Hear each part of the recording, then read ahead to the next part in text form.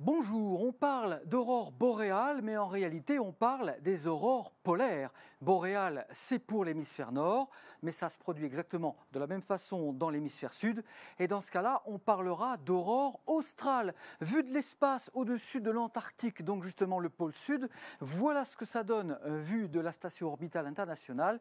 Une sorte de liseré vert que l'on voit donc également depuis les pays limitrophes. Ça se voit beaucoup plus dans l'hémisphère nord, bien entendu, car il y a plus de terres habitées tout autour, comme l'Islande, la Norvège, mais également le Canada ou encore l'Alaska. Alors quel est le principe de formation de ces fameuses aurores polaires, qu'elles soient boréales ou australes, c'est exactement le même phénomène.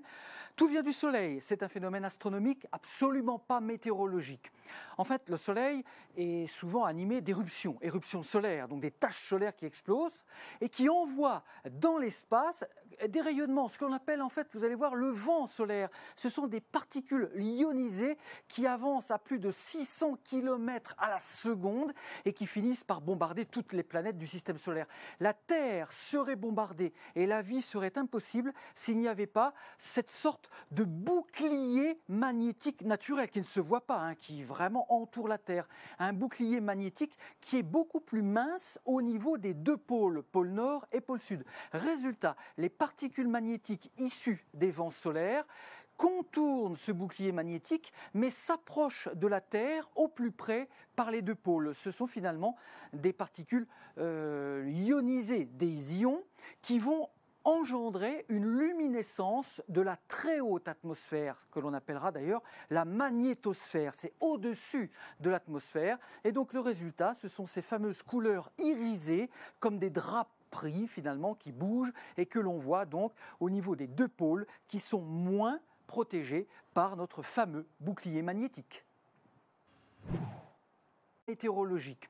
En fait, le Soleil est souvent animé d'éruptions, éruptions solaires, donc des taches solaires qui explosent et qui envoient dans l'espace des rayonnements, ce qu'on appelle en fait, vous allez voir, le vent solaire. Ce sont des particules ionisées qui avancent à plus de 600 km à la seconde. Là, on parlera d'aurore australe. Vue de l'espace au-dessus de l'Antarctique, donc justement le pôle sud, voilà ce que ça donne vue de la station orbitale internationale. Une sorte de liseré vert que l'on voit donc également depuis les pays limitrophes. Ça se voit beaucoup plus dans l'hémisphère nord, bien entendu, car il y a plus de terres habitées tout autour, comme l'Islande, la Norvège, mais également le Canada ou encore l'Alaska. Alors quel est le principe de formation de ces fameuses aurores polaires, qu'elles soient boréales ou australes, c'est exactement le même phénomène. Tout vient du Soleil, c'est un phénomène astronomique absolument pas monde et qui finissent par bombarder toutes les planètes du système solaire.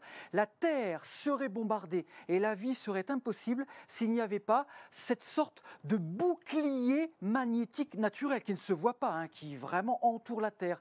Un bouclier magnétique qui est beaucoup plus mince au niveau des deux.